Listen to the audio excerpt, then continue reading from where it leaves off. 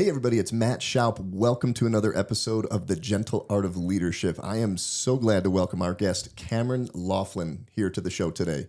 Hey, thanks for tuning into this week's episode. Would you make sure to please like, comment, and subscribe to the channel here, and please share this episode with somebody whose life it will make better.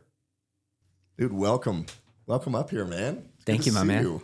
Yeah, good to see you too. Man, we've been running the past number of years, but especially the past couple of years, you and I, we were just talking offline. So full disclosure, you're done with coffee. I'm about halfway done with coffee. I didn't sip it at all. I just took it like a shot, man. Yeah, you spilled it all over. Yeah. I already have it on my shirt here. It's a good look. But man, our story's connected, right? We were just catching up 2015. You reached out to me. Yeah, man. And you had just started your painting company, right? And we weren't competing. You were far enough away. And kind of connect those dots, because you and I didn't know each other before, but I know your wife from like 2 decades ago now. Yeah. So kind of catch us up to that story, because that was so cool how we got connected. Absolutely, yeah. So I'm not from Colorado, but my wife is. She's from Lakewood. She went to CSU, and I guess you guys worked at a painting company together. And so anyway, when I was starting my painting business in 2015, I needed some guidance on how to approach it. She's like, it's funny, I know this awesome guy, like just cool entrepreneur named Matt Shoup, and up in the Fort Collins area, Loughlin.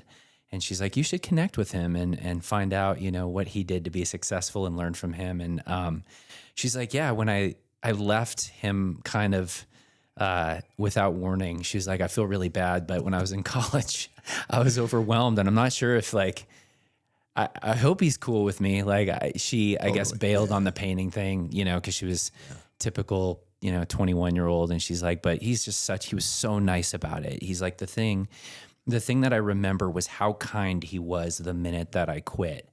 He was just super kind and understood, and he's a high character guy, and I think you guys would get along well. So I don't think you ever told me that part of the story. Yeah. Because that, we came from that college painting background. I mean, that model revolved a lot around very heavy recruiting and attrition. Like you knew you needed to hire 100 people to get 20 through the end of the year, and there's different fallouts. So you kind of expected it. But she was always such a sweetheart. Yeah. No, when she left, she's like, hey, this just isn't gonna work out. I'm like, yeah, cool. No, that's okay. The cool thing was, she was like, when I was like, hey, I think I want to do painting, I have no experience, she validated it. She's like, no, this is profitable. This is, as far as business goes, this is easy compared to some other businesses. This is scalable. You can systematize it. And so she kind of validated that for me. She's like, and she ran an employee model, which I think is harder in some ways. We know about painting. You can go the 1099 route with your painters or the employees, but that was a challenge for her, was keeping people. So, yeah. Yeah. So we're here in 2023. This episode's going to drop probably right about the end, and you've had a crazy journey. So talk about building the business from ground up. So 2015, we started doing some coaching, working together, hanging out, drinking coffee, and just talk about that journey up to that transition of when we had reconnected in the coffee shop a couple of years ago, and kind of where you went from there. Love to hear about that. Yeah, thank you. I think that, and I'm not sure if you're familiar with this, but one thing to know about me, there's these different systems. There's the DISC profile, right? And there's one called Colby. I'm not sure if you're familiar. And I took that test, and I'm a quick start. So I'm the kind of guy, I start things.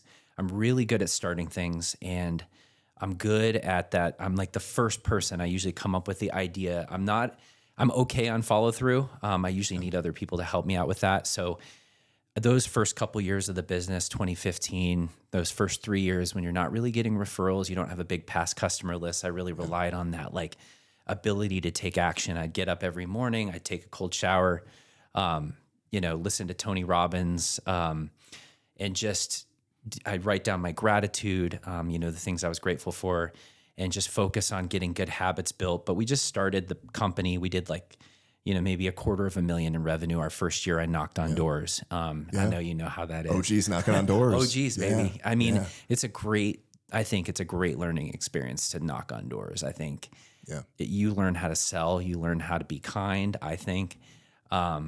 so I did all of that, and we really I just grew it on residential repaint. I love that. You know, it's a quick cycle to get paid. The jobs are consistent. You know what you're doing. There's only a few types of prep on the outside of a house. Like I literally wanted to go for a business that was really easy, as easy as possible. And that's where painting came in. And I wanted to be able to, you know, pay the bills and do all the good things.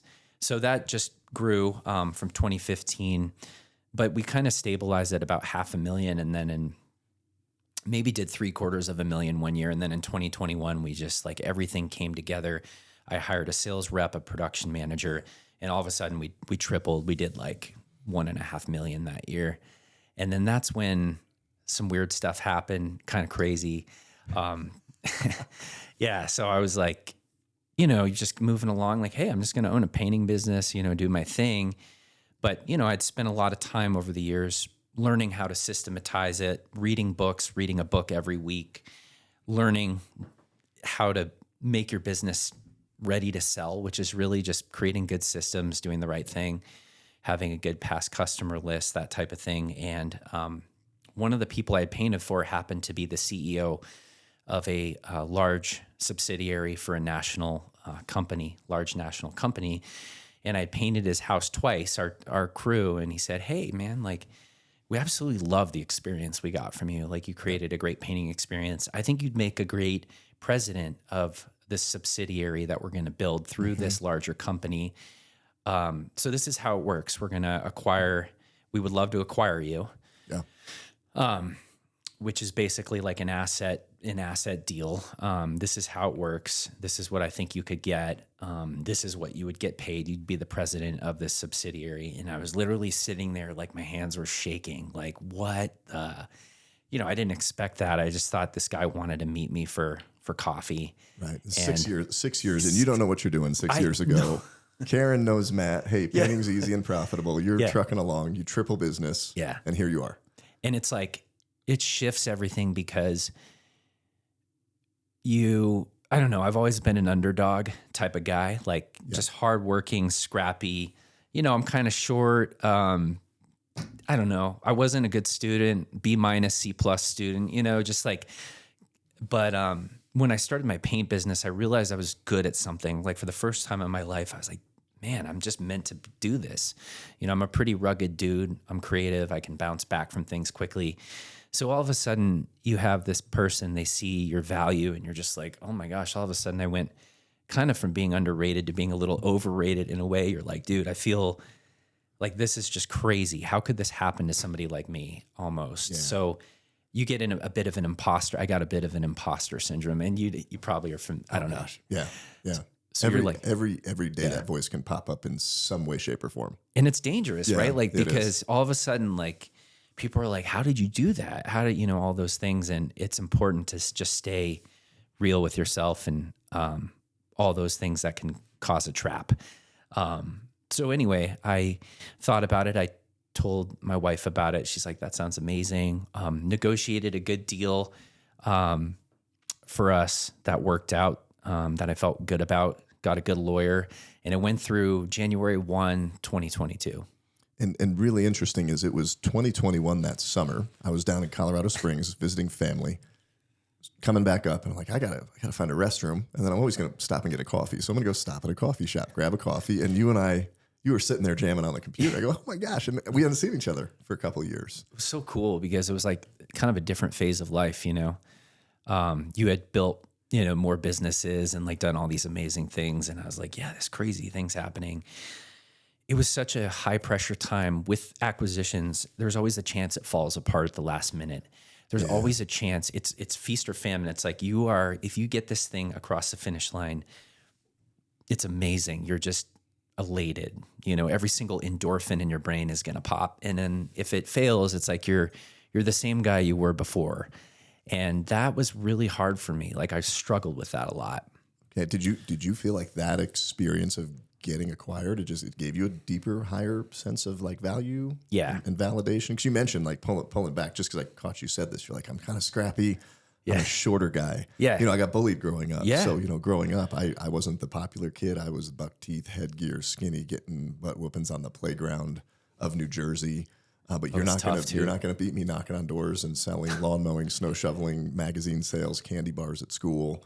So I feel you. So like that was your space. It was. And when I grew Yeah. up, I wasn't the kid that automatically got A's easily. I just remember being almost envious of the kids that just like, they'd come in and it was like easy for them. School was actually pretty hard for me, mainly because if I wasn't passionate about it, it was like extra hard. But the minute it's a funny thing, isn't it? Like the minute you're passionate about something and you have kind of that ADHD brain, it's like you can be a genius if you focus on what you're really good at. Yeah. The minute that you're out of your zone of like what you're really uniquely good at, it can be a tough sled. And that's exactly what happened to me. Once I crossed the finish line with the acquisition, is it wasn't what I thought. Yeah. So you go through that, the deal closes. There's obviously, you can't talk about the details. Obviously, that's fine. But like it's a good payday. You're in a good position, and you had this vision for kind of what you thought it was going to look like, right? What you were going to do and lead people into. Yeah. And this episode's going to post a couple months from now, right? Yeah. We're pre-recording this, but talk about today, as we sit here on what are we, August 16th? No. Yeah. Today, August 16th. Yeah. What happened last week? Because I go, hey, you coming out? I'm excited to see you for the podcast. I want to talk about business and in the painting market and what just happened. I got fired. I didn't do anything. That's tough. I didn't even do anything. I'm on the disc. I always kind of go back to this. I think you're a high D, right? High D, high I. I'm a high natural D that never changes. Yeah. My I drops. So I'm that visionary. Okay. Yeah. Let's go jump off the cliff and maybe there's a parachute. We're similar that way, I think. Somehow. Oh yeah. I'm a high I, so I'm like totally dominant I, a little bit towards the D side as well. But so I'm good. I'm good with people. I enjoy being personable, and I'm a people person, at the end of the day. So I always find a positive way to look at things, but ultimately the problem with everything that I did was that when you're working for a big corporation versus for yourself, when you're working for yourself, you control everything yourself. But unfortunately, my situation became more about numbers, hitting the numbers, than it did about valuing people over profit. And I think that's a big problem when you start valuing profit over people. And I hate to gloss anything over or make generalizations, but I think that was kind of the thing that just burned me out. Yeah. And when you stepped in that environment, how long did it take you to realize that was, or did you know that going in, because we kind of talked offline, you're like, okay, I signed. Did you know going in that it ultimately wasn't going to be? I think so, because I feel like you kind of got to know a big national, huge company is going to buy you out, subsidiary, just the words you use, like the big corporate words. You kind of knew that was coming, right? I did. And did you? To be honest, because I know I would appreciate this. I thought it felt so good to be recognized. I think it's easy to get caught up in ego. It's like, oh, somebody else recognizes you. They're going to pay you a ton of money. They're going to do this. And I think what I wanted the recognition, and I wanted to feel good about myself. And unfortunately, my intuition got pushed down, right? Because we all have that gut feeling. But I think that I just needed it. I needed that. I needed that boost. And unfortunately, I didn't listen to my gut. Would I do it again if I were to do it? Probably, because I'm comfortable moving on to something new. I think it was time to move forward with something else, even if it didn't pan out, which it didn't. But it is interesting how these things come up in the universe and they teach you a lesson about yourself, So you put that gut intuition aside. Yeah.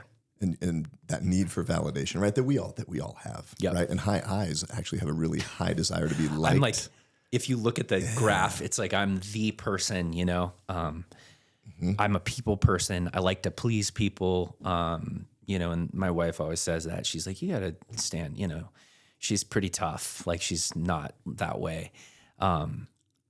So that fed into it. There's no doubt.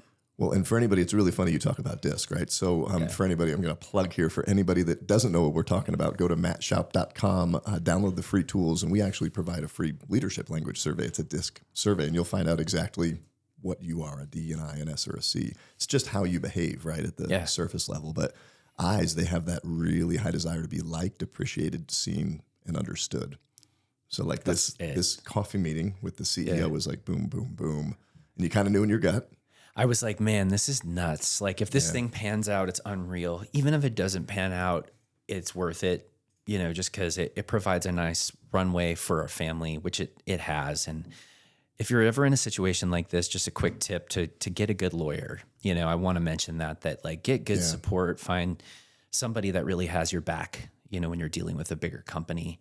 That benefited me quite a bit. So, and you had a good lawyer, it sounded like, on that. Yep, yeah. I did. And I have I just want to say nothing but gratitude for the opportunity that I had. Obviously, I feel incredibly blessed. And, you know, the company that I worked for, they do a lot of good things in the market and are very valuable niche. So, well, and I think in so many of these situations, it would be easy for us to sit here and, you know, throw them under the bus. But man, you came in here happier than I've ever seen you or talked to you.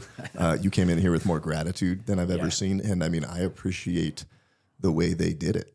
And talk about that, because we talked a lot offline. Is talk about how they called you in and the option they gave you. And I think it says, well, I don't think it does say a lot about you with the decision you made. So share that, because I think that's really important.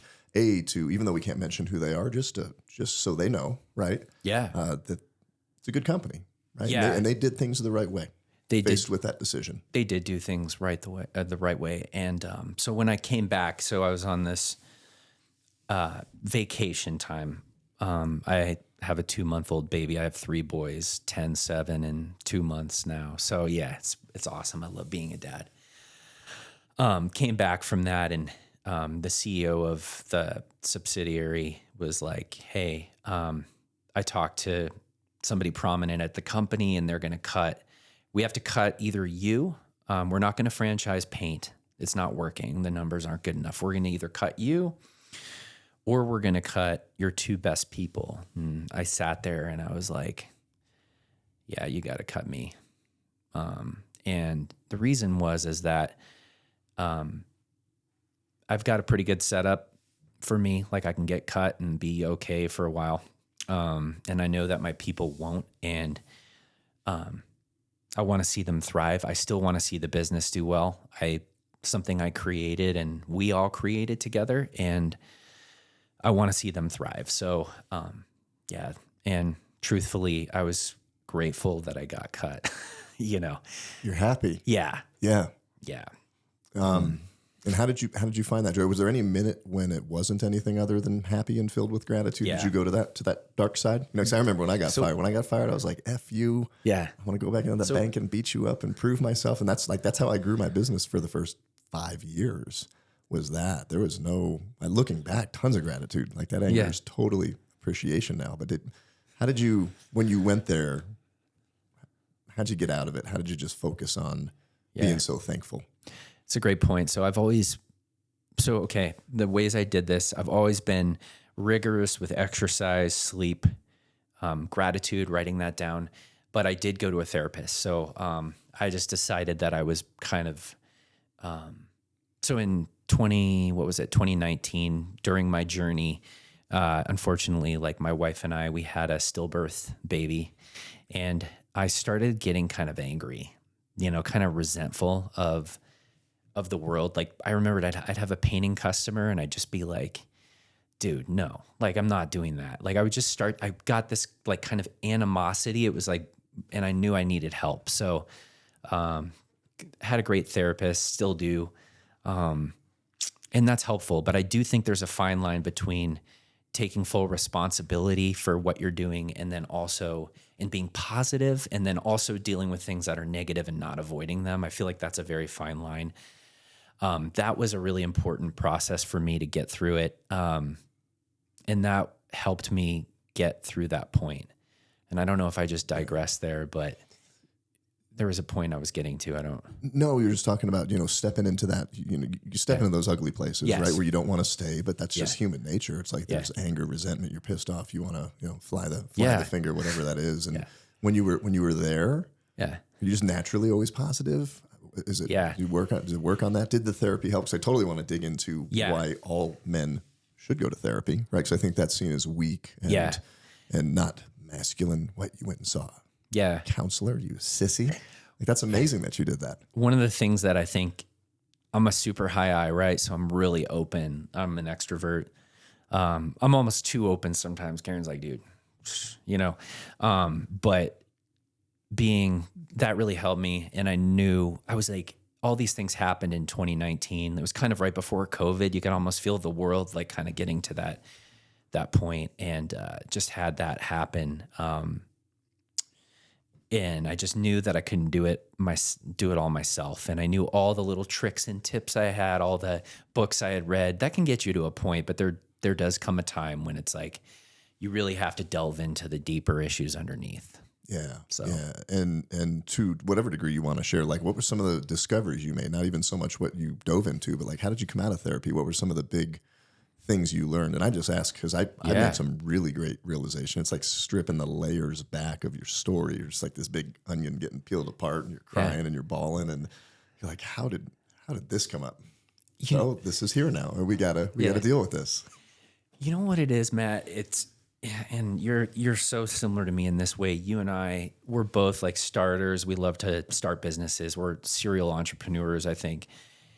It's painful, man. Like, growing a business is hard and it's painful.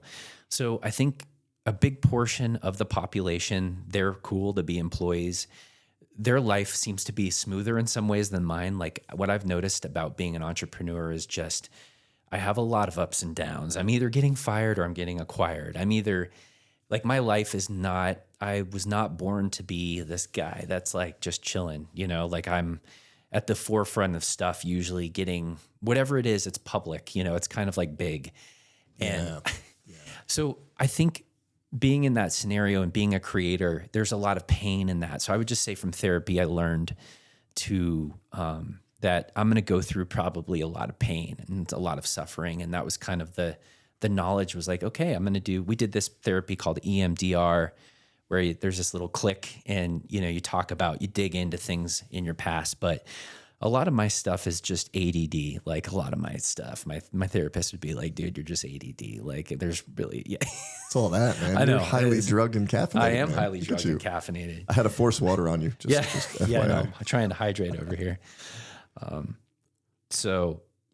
Just you get road rash, and that's the hardest part. So like, I was doing okay those first 3 or 4 years, but it's hard because when you're in business, you're learning things in real time, and you're learning them painfully. You're learning them in a very real way. Like, the market is so honest, brutally honest, and that's painful. And over time, it hurts. And I think it's just that lifestyle that I've chosen, that my family has chosen, that has brought a lot of great things and also some pain. Yeah. So looking back on that, do you think the ADD, because right, I think I say they wanted to drug me as a kid. Yeah. They're like, this guy's got ADD, drug him. Like, no. So I think it's like the greatest superpower to be able to have all of these things going on. It comes with its weights, right? It comes with its disadvantages, but, did they dig that up, or you had to already know that, right? In therapy? Yeah. And I hate, by the way, I totally I hate that I'm labeling this. Like, I hated it when people labeled me as ADD. I was like, dude, no, like, don't do it. I think the strength in ADD, I've always thought medication, and I don't want to, everybody has their own view on it, but I'm not into taking shortcuts with things. Like, I believe that there's a path for those with that brain type. It's kind of like an entrepreneurial artist, you know, creative brain type. It's kind of a painful path if you're willing to take it. And then there's kind of this other path of like medicating and like trying to fit into society. But I've realized that I'm a bit of a misfit. You know what I mean? Like, I just am probably whatever 5% of the population is. I know I have that. Hey, just want to give a big shout out to one of our sponsors, Imprint Digital. If you're a small business owner, one of the things that you need to navigate to be successful is all things online and digital in terms of marketing and your messaging. Imprint Digital, they're the real deal. They are the professionals, and they know this world inside and out. Make sure to visit their website at imprint-digital.com. If you're a Christian small business owner and you live in Northern Colorado, you have to check out one of our sponsors, the Foundry Advisory. The Foundry is a Christian executive peer advising group that connects other business owners in the community to help you focus on your faith, your life, your leadership, and your business. Make sure to check them out at thefoundryadvisory.com. Hey, if you're a business owner and you need to do some renovation in your space or possibly build a building from the ground up, you have to connect with one of our sponsors, Mendel Construction. Mendel Construction is a commercial construction company that's been around since 1997, serving all of Colorado. They can do a small tenant finish all the way up to ground-up construction of a new building for your business. Check them out at mendelandcompany.com. That's MENDEL and company.com. A big shout out and thank you to one of our sponsors, M&D Painting and Roofing. M&D was actually founded by my wife, Emily, and I back in 2005. And for the last 2 decades, we've been here in northern Colorado of one of the leaders in residential and commercial repainting, as well as most recently installing residential roofs. So if you need to paint, re-roof, you got hit by a hailstorm, we can take care of whatever your home needs from top to bottom. You can find us on the web at mandepainting.com. Did you get in trouble a lot growing up? Were you like kicked out of class? Were you and it wasn't told to sit down, shut up? What was your upbringing I was like? constantly moving and not paying attention to the teacher. But it was a bummer because I really wanted to do the right thing. I wasn't doing it on purpose. It wasn't like, no, I'm just not going to pay attention. It's like your brain is different, and if your brain's different, it's different. How would you describe that brain? Like if you had to lay that out on paper for somebody to understand what that looks like that doesn't have that kind of brain. It's moving, I would say, much quicker than the average brain. So for me, I have to meditate in the morning. I meditate 10 to 15 minutes as long as I can do it in the morning, and then sometimes in the afternoon. And when I meditate, it slows my brain down, but I know that it's really hard for me to slow down and not, like, I'll just go out and do it before it's really set up to be right, and then I learn really painfully the mistakes that I made. Yeah. But you got it done. You got the reps in. I did. It's like get it done versus get it done right. And there's that execution. Yes. Yeah, there's execution. So it's been a process. Like I feel like a lot of people I would imagine with that brain type, you have to do a lot of self-work to kind of figure out how to harness that. I don't think it's an easy brain type. Well, and I don't know if you agree or not. I do, because I've got that too. And it's like you just look at the world that you step out into. Everybody's conforming to, hey, sit down, shut up, go to college, get a job, get your job. And I mean, it's not like that. That economy's changing. That world is changing. Right. But yeah, if I was to paint out what goes on in my brain, just waking up from when I open my eyes to literally stepping my feet on the floor, it's like 13 things, and you'll see them paint out. Did yours do this? Just like 13 things, ideas. You'll take them literally from starting to founding to growing to selling to this and the problems and everything. And it maps all out, and the numbers are running. Like it's literally just like this beautiful, chaotic. Think of like little pins, like little map pins all over the world of everywhere I've been. With the pins and the strings, like that's what goes on in my brain. Like I can literally, somebody will mention something, or I'll eavesdrop on a conversation. Oh, we're thinking of starting this business. And then I'll literally run that all the way down. You've done all the mental math in your head. You're like, I know exactly how this will look, and you're excited about it probably too, right? Like while I'm writing a blog or doing whatever that I was doing at the coffee shop. So what else did you dig out of therapy? Because, a lot of the audience that listens to this, it's a lot of business owners, business leaders, men, faith-based men. They've gone through stuff and they're trying to figure it out, and they know that they don't have it all figured out. And that bravery and that vulnerability that you bring is amazing. So for these guys listening, right, that are tuning in, and for anybody, like what else did you find out about yourself? What were some of those realizations? You have any blind spots in there going in? I would say that the big takeaway is that there's seasons in life, and sometimes you have to sit with the pain. Sometimes things look really unclear for a long period of time, like you're in a fog. I used to live in Northern California, and you just drive through the Golden Gate Bridge and go into this fog, and you don't know when it's going to end. All of a sudden it's super sunny again. There's times when you just need to stick with it. And I think so much of it is like in this world with anything we do, we're so quick to just change course, but everything, like, I mean, how long have you owned your business for, the painting? Is it like 18? Oh, 5. Yeah, we're 18, 19 years. Coming up on 2 decades. It takes time, right? Like to build something great, it takes persistence, it takes perseverance, it takes patience. And I'd love to teach, especially this younger, I'm like Gen X, like right on the line of like millennial Gen X. How old are you? I'm 42. I'm going to be 43. Oh, shoot. Yeah. Yeah, I'm 42 this Sunday. Nice, Beautiful, man. Happy early birthday. Love it. Thank you. It takes time and it takes some suffering to get to a beautiful place. You know, it's like you have to go through some suffering. I know that this whole acquisition, nothing would have happened without some serious suffering. Yeah. And I think that's a part of it. And I do think you have to go through the process. So my thought would be to remember that you go through seasons of life. Don't give up. Like if you're feeling down, stick with that feeling, you know, honor it, don't avoid it, and push, you know, just keep pushing and keep going.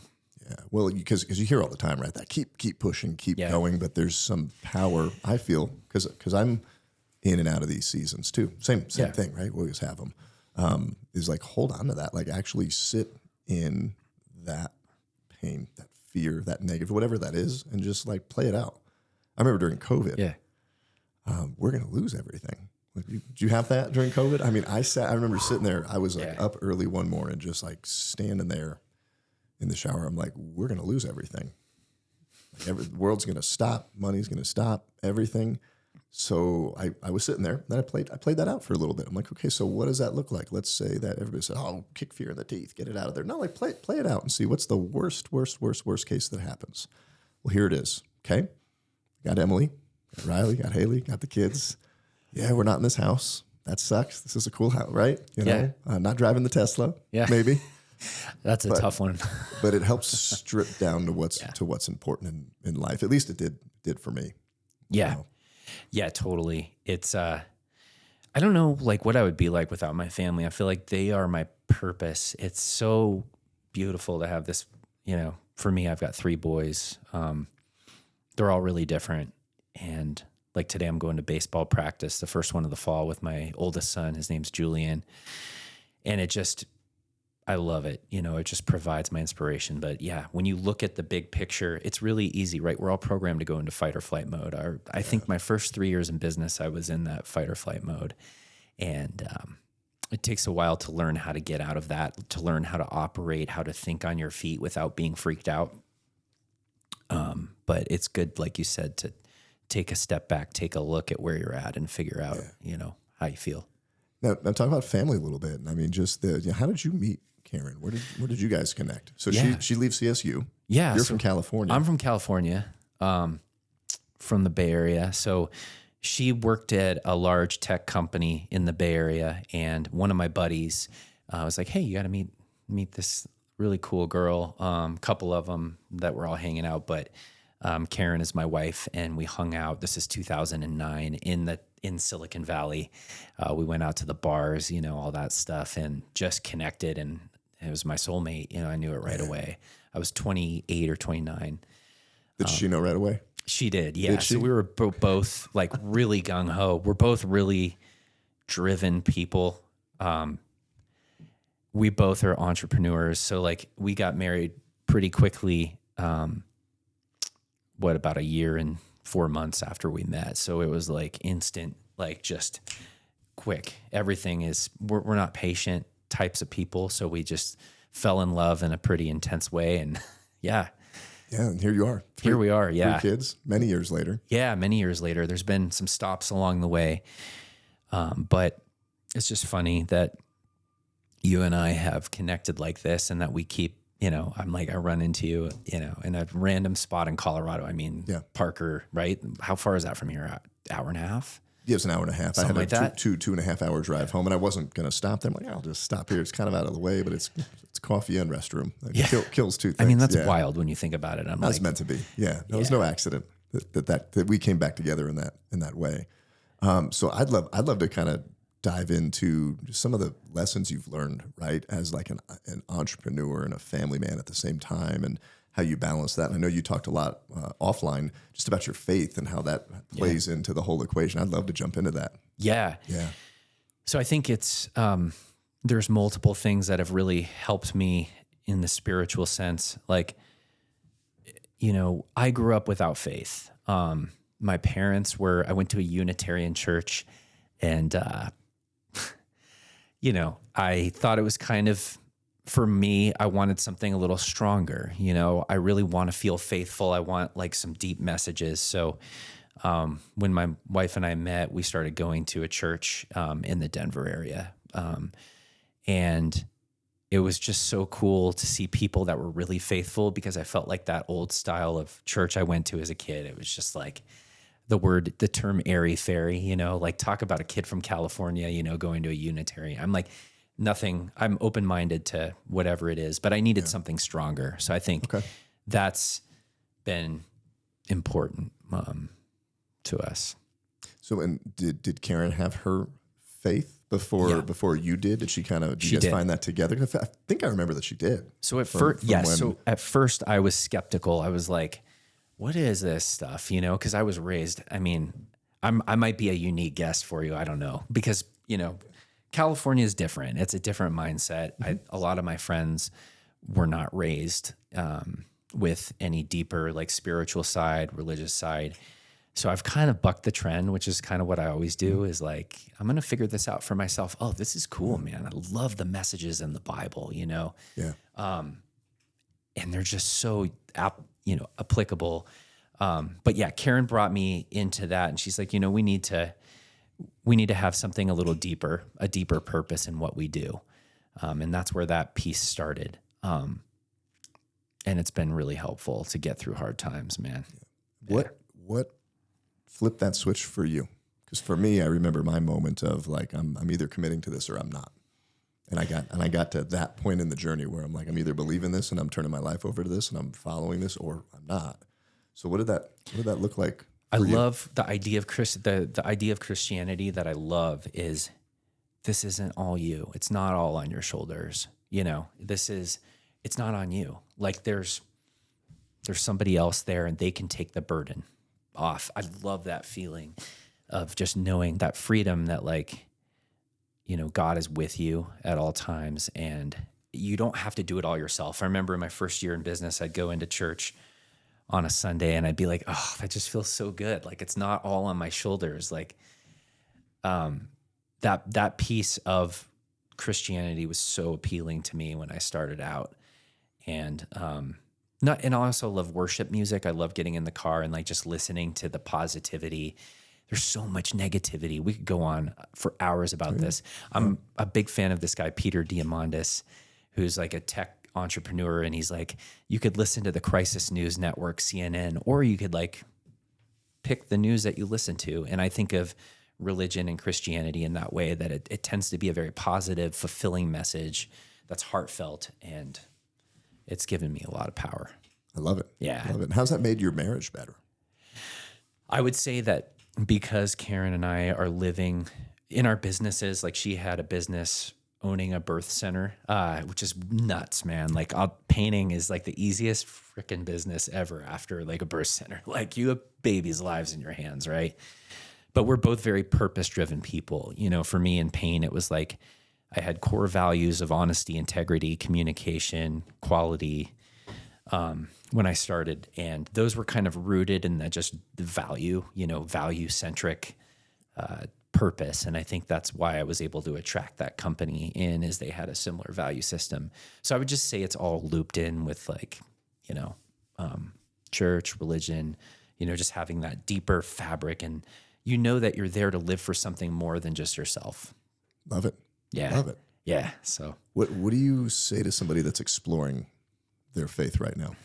Because I remember being there, when I was exploring and people knew I was, and I had a lot of messages, I had a lot of people saying a lot of things. But what would you share with them? What was maybe the big aha moment, realization, good question you got asked or challenge you got given? Yeah, the biggest thing for me would be, it's the same thing in business. It's like my buddy, one of my good friends, is like, hey man, I'm running a part-time paint business, man. Like I got my, and I just keep thinking that life takes a ton of courage, It's like, so I would say for me, I've been in my mind, quote unquote, successful because I've been able to commit. I've been able to have courage. I've been able to take that step. It's never easy, you know? And some of the biggest growth in life comes from making that courageous step to say, I'm going to have faith. I'm going to go all in. I'm not going to go halfway in. I'm going to burn the bridges, man. Like, that's what I did.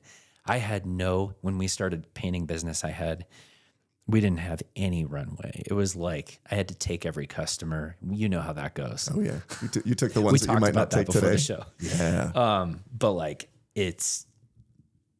like courage is such an underrated trait. It's not being fearless. I'm scared. I'm pretty scared. I mean, like the last 8 years, I look at how many days I woke up. Here we go. You know, like I'm out of my comfort zone, man. Like, so define courage, right? Because I think people get it mixed up with thinking it lacks any kind of fear. I think it's wetting your pants in front of people. It's looking like an idiot, you know. It's being afraid and doing it anyway. It's not the absence of fear, man.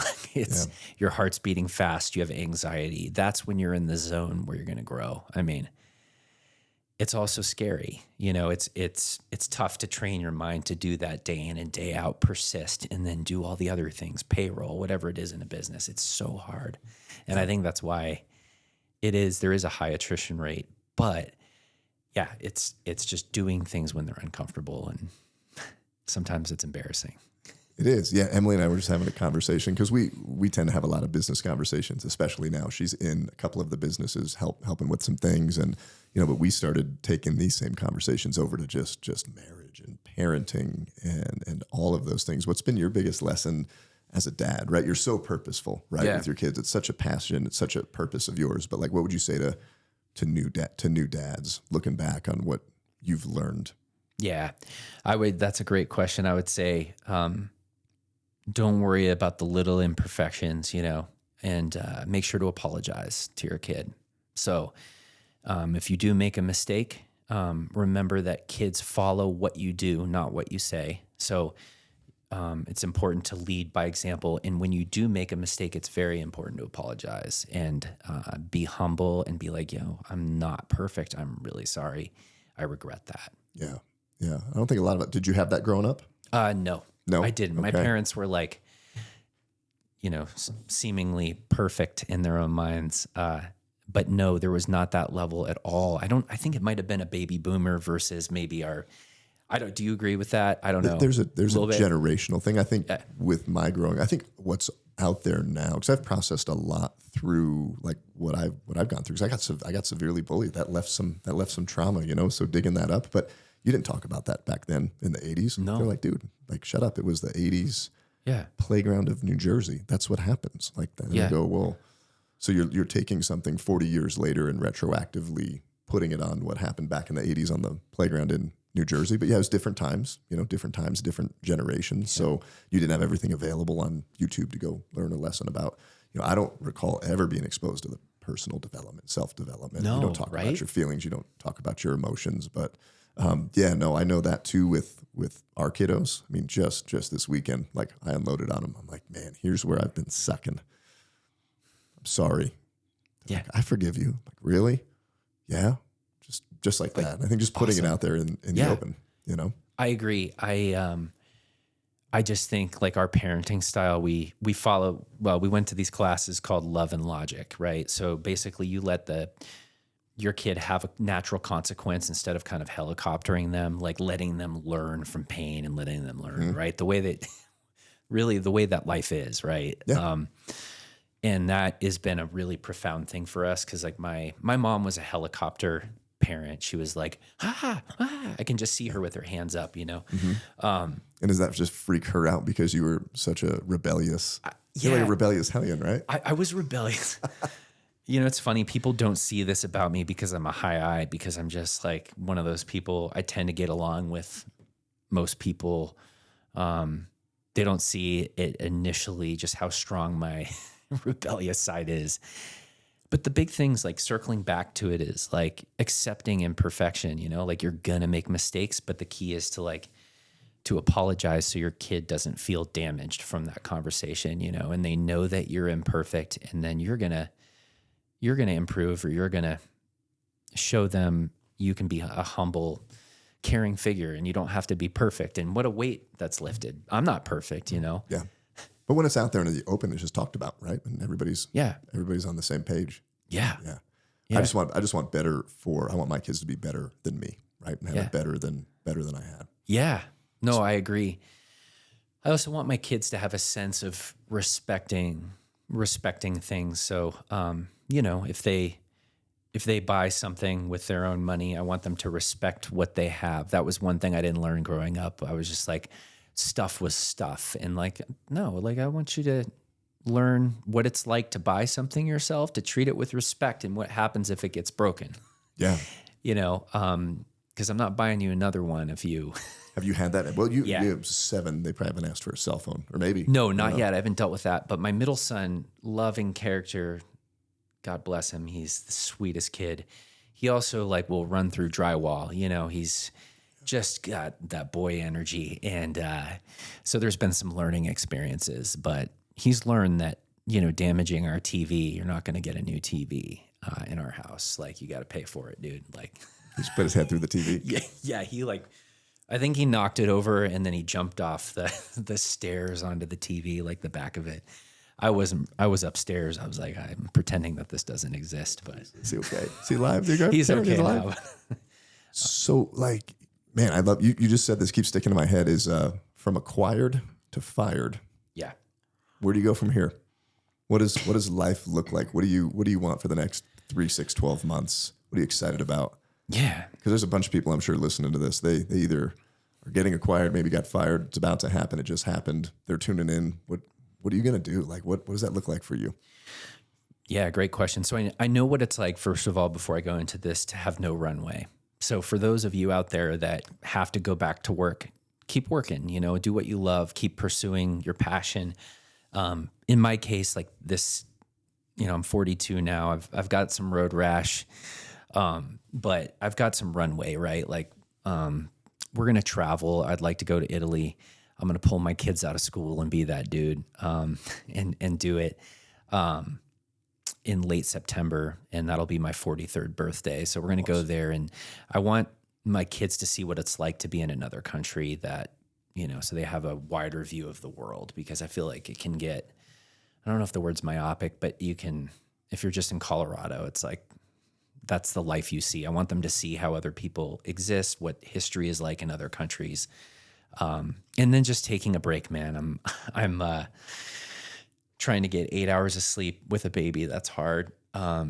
Exercise, trying to keep up on my exercise, and just trying to figure out what the next step is, but doing it slowly and just taking a little bit of a break. So got to ask, right? Because something's going to run along, and you're going to see it just like a little squirrel, right? And want to pursue it. Do you have a time frame where you're just like, I'm not doing anything, making any decisions, starting any businesses? Because I see that. I see you in like 7.5 days calling me. You're like, hey, started this business. Hey, what do you think, man? Is this a good idea? That's the funniest question I always get, by the way, is like, is this a good idea? And there's no good idea until the marketplace tells you it's a good idea, right? Like, you don't know until you get it out there. Yeah. Right? You could have the best idea, but until that thing is like out there and you get feedback, it's hard to know. Yeah, so I think that's exactly right. I'm probably calling you in 7.5 days. So what is it? August? What's today? Because we're going Today's August 16th. This is going to air later, right? So we'll see how many times you've called me by the time this airs. I would say January 1st, right? Like, that's kind of a good, keep the taxes simple. And take a break and maybe do a little bit of traveling, and then definitely a ton of baseball with my kiddos. That's awesome. Yeah. That's super awesome. Yeah. Well, man, I appreciate you driving all the way up and coming up here. Before you go, you mentioned, hey, you've got runway. Yeah. Hey, somebody doesn't have runway. They can't go to Italy. They can't. Yeah. They can't go do that, right? Take off till January. Yeah. What do you do? Like, they're fired. They got nothing. Bills are due. Where do they go? What do they do? I would say the first thing is what did I do, right? Back in 2015, I found a guy named Shoup, who's a cool dude. He gave me like 15 books. I read them all. Did I give you 15? Profit First, Michael Michalowicz. There were some good ones in there. Pumpkin Plan. Yeah. I think there was some Dave Ramsey. I just started just reading, and I knew what I wanted to do. So, but I was able to find somebody that had already done it, which was super cool. So if you can find somebody that's already blazed a trail and help make it easier for you with whatever venture you want to take, I think that's awesome. But you don't have to be perfect in the marketplace. Like, just get out there, get something out there quickly, get some feedback on it.